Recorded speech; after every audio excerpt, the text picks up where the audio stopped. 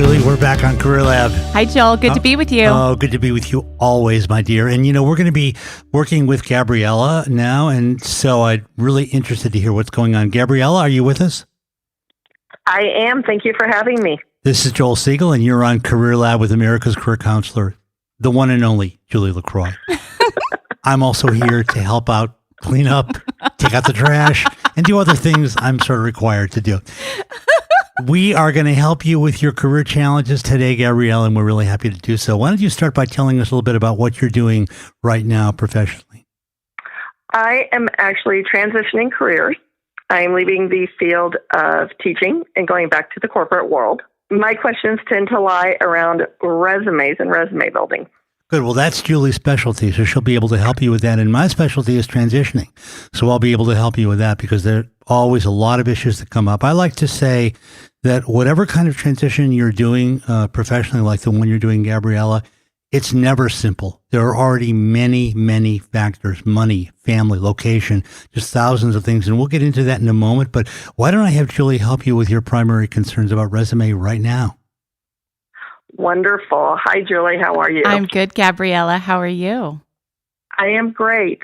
And just for the record, Joel is a lot more valuable than taking out the trash. But I do. We've been beating up on him all day, so we got to be sure to give him the love that he deserves. We will definitely give him the love. Absolutely. Just to pick up on what he said about making a transition, I have worked with a lot of educators trying to move back into corporate. It's a tricky transition, and it can be done. So I want to let you know that you're following very, very good footsteps with wonderful professionals who've come out of education and moved on to find other fulfilling careers. So let's help you with your goals. That's wonderful. And I was fortunate enough, just for transparency's sake, I was at your Career Lab workshop this last week. Yes. Thank you for joining. Did you enjoy it?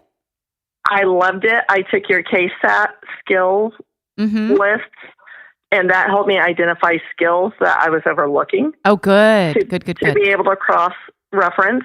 Great. I did my power statement. Uh-huh. I've reworked that. You want to give it to us? Give it to us. We will start there. Okay. It is administrative professional with extensive experience analyzing goals, objectives, and implementing strategies to attain them. Particular experience building relationships, motivating and coaching in groups and individually. Professional high-energy leadership style with a focus on continuous learning to best meet audiences' expectations. Wow. Yeah. That's a great power statement, Gabriella. That's really significant. And you have a lot in there, too, that we can talk about with you today. Yeah, Joel, you can work with that for sure. Absolutely. All right. Well, and I did that based off of Julie's template. Well, thank you. That was my model. We're always thanking Julie for everything on this show. No, it takes two, Gabriella. It takes your content and my structure. That's what I tell all of my clients when they're like, oh, you write such a great resume. It takes two. It's your content. It let me identify skills I didn't have. Now, the questions, I've been in education for 20 years. Okay. During that time, I raised a child, but I continued substituting. Mm-hmm. My corporate experience goes back into the mid to late 1990s. Mm-hmm. As I'm building my cascade of experiences, do I lead with professional educator and highlight the administrative experiences, or do I leave with the executive assistant to the vice president, which is further back on a timeline, but more relevant to the jobs I'm pursuing? It's a very clear answer in your case, and I'll answer it. But just for the listeners who have that same question, it really depends on your audience.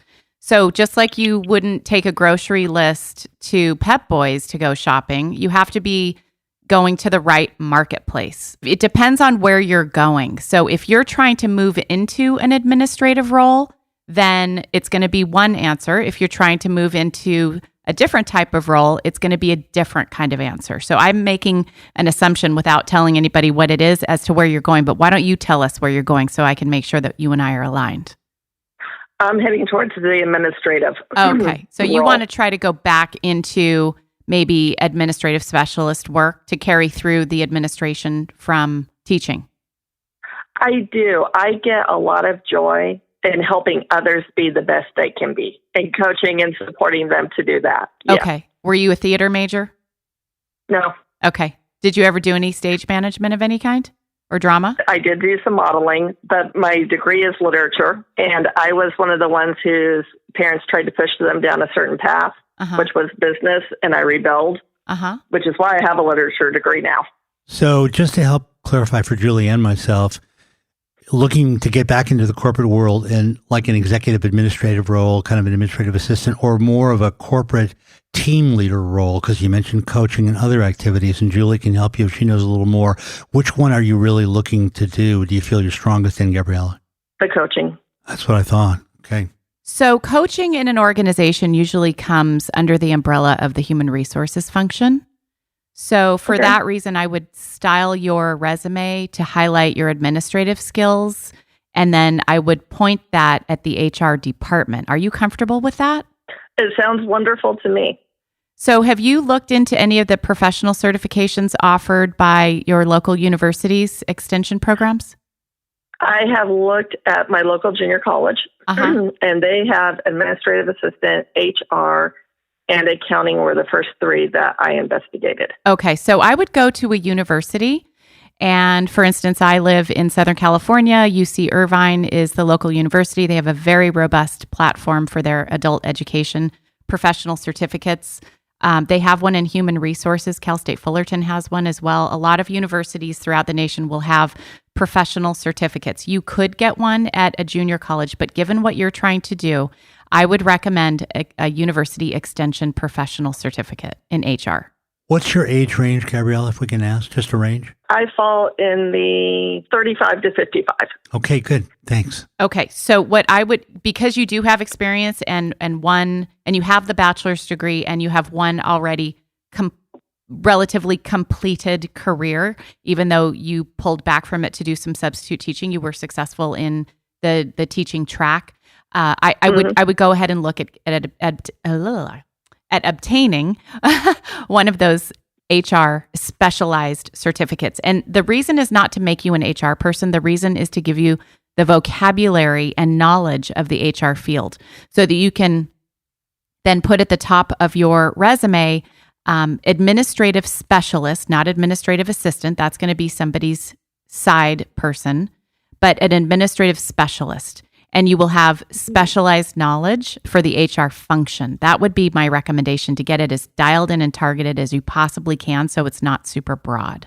Oh, I like that. Yeah, it's a very good recommendation for another reason as well, because if you go in through that track, as Julie's suggesting, through the HR admin function, you will then open up potentially some opportunities for other kinds of things. So you said you're interested in coaching. And so that'd be the way to do that, because I'm a coach and I know that many businesses bring in coaches from the outside, but they do have people inside. Internally. And internal people are usually connected to HR. That's where they start, and that's why they develop skills. If the organization is large enough, there are actually internal coaches that are, full-time and hired by the company to do various things. And they travel around through divisions and work with a number of problems. So that's another reason to follow Julie's suggestion and go in that way. And the area that Joel's talking about is formally referred to as employee relations, as the branch of HR.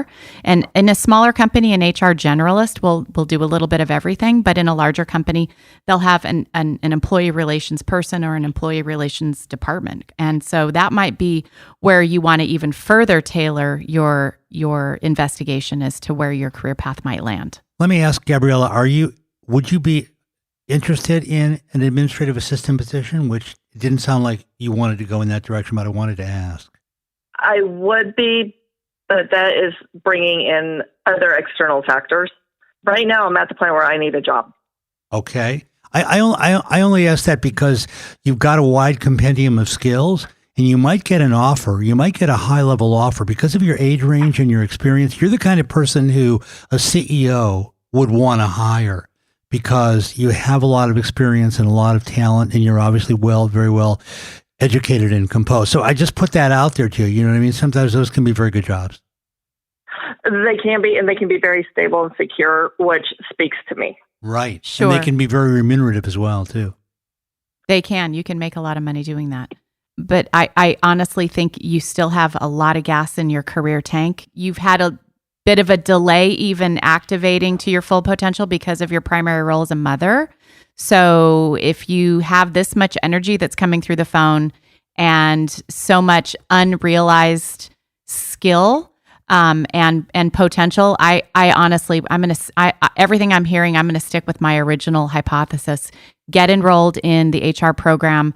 Dial your resume in for administrative specialist / human resources, and I would investigate those jobs in employee relations and in HR administration to understand more about what the vocabulary is and start to reference as much of that as you can on your own resume. I would also encourage you, if you feel that you have any technical or analytical aptitude at all, I would maybe take a couple of classes on some of the HR software so that you can run basic analytics on the technology that's being used and run some of the reporting. That would be really helpful to have that coming into some of the roles. Gabriella, we didn't ask you, I think, but are you working now or have you been out of work shortly? Are you in the middle of a gap or what are you doing right now? I am in the middle of the gap that began November 12th. Okay, so it just began. Yes, but I'm already hitting my wall where I at least need something in the interim until I hit the final position. Right, and that's why I told you about the other option. Julie's right, and that's what you probably should pursue. But there might be other jobs, admin assistant jobs, that could be available to you, to fill in the shorter run. Until you get a couple classes under your belt. And again, because you strike me as someone who's got, I do a lot of hiring for the companies from which I'm their business coach. So I know a lot about how to fit a person to a job. And you just seem like you have a sophistication and skill about you that might lend itself to a number of positions. And because you do need something, you don't want your gap to get too much longer. I would broaden that range. That's okay for me to say that, Julie, just a little bit right now. We can agree to disagree on some things. Well, that'll be a first. Wow. Okay, first on Career Lab. Gabriella, I'm sorry you had to be here for it, but we disagreed on something. It's going to be a huge thread on after the show, but you won't have to listen to that part. But for you, anyhow, be sure you take Julie's advice. Well, it's one angle. It's one strategy. May I offer an alternative strategy or one that you might blend with Joel's? If you've been out of work and you're hitting that wall, go to the professional association. The Society of Human Resource Managers, or PIHRA, PIHRA, SHRM, or PIHRA, are both very robust. Hold on, slow down. Oh, okay. So these are the human resources professional associations. You can just Google professional association and then your industry keyword, in your case, human resources, and those two would come up. And they have very robust national platforms. And so they will have events, monthly events in your region. Go ask those people. Go meet them. Go sit down next to them. Are these my people? Do I get along with these people? What are some of the interim positions that I could take? And you can also, if you are dying to get a paycheck and you do have administrative skills, go to a staffing company. Any of the interim labor companies will absolutely take your administrative skills and plug you into stuff, especially a personality like yours. You're employable. Well, thank you. And I have been availing myself of that particular strategy already. Good. Okay. Good. Well, I know we've given you a lot of suggestions and Julie has helped you get dialed in. We are available to you if you'd like to follow up with us, Gabrielle. One of us would be happy to chat with you a little bit offline and, do a little bit more in-depth work about this. Just feel free to reach out to us. It's been a real pleasure having you as a guest on Career Lab, and we feel like you have a bright future. And Gabriella, did you have a question about the professional association or something? I did. I have a family member in Texas who is also going through a career challenge in her life. How would she find someone with skills similar to yours that she might want to work with out there? Okay, wonderful. I'm glad you asked me this question. Buyer beware when it comes to career counseling and career coaching. I always recommend that people in the United States of America go to my professional association's website, like Nancy, ncda.org, the National Career Development Association.org. You can look for specialists in your state. I'm listed there, and other wonderful, wonderful career counselors with equivalent training to mine are listed there. You have to check their credential level to see if they have the credential. I'm the CCC, which is the highest credential in the field, and that's what you want to look for because they've met certain requirements and standards. Career counseling is not therapy, so it is not regulated, but it is credentialed and there are standards, and only those who hold the CCC have met the professional standards as outlined by the professional organization. Or they can call me because I work with people throughout the country by phone.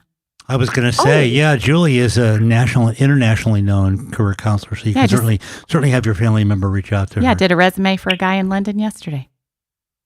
That sounds wonderful. I really appreciate the time and the help, you two. Thank you so much. Oh, listen, you've been a great caller. We really wish you the best. Reach out to us if we can help you in any way in the future. And take care, Gabriella. Best of luck to you. Good luck. Thank you.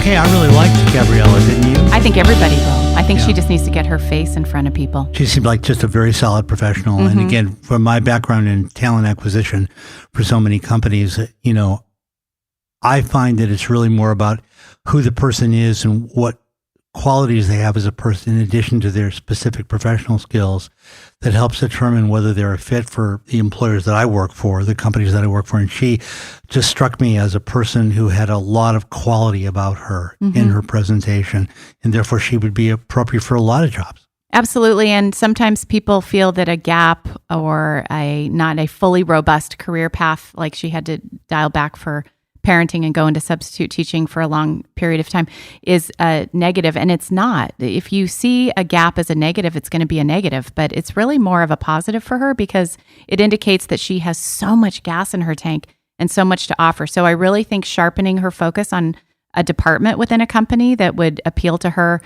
in future roles in employee relations is a really good way for her to walk it forward. Her gap is nothing compared to other gaps I see. I mean, I see a lot of... No, hers is normal and healthy. Yeah. I mean, I see a lot of really serious gaps. Yeah. She's going to do fine. And gosh, she just struck me as a very competent and very likable professional too. Yeah, definitely. Good one. Joel, you gave her a lot of help on that one. That was good for her to get some other ideas. Thank you for bringing those out. Okay, I'm going to take out the trash now, and then we'll be back with another caller. Take that old resume of hers out, There would we you? go, and we'll be back soon with another caller.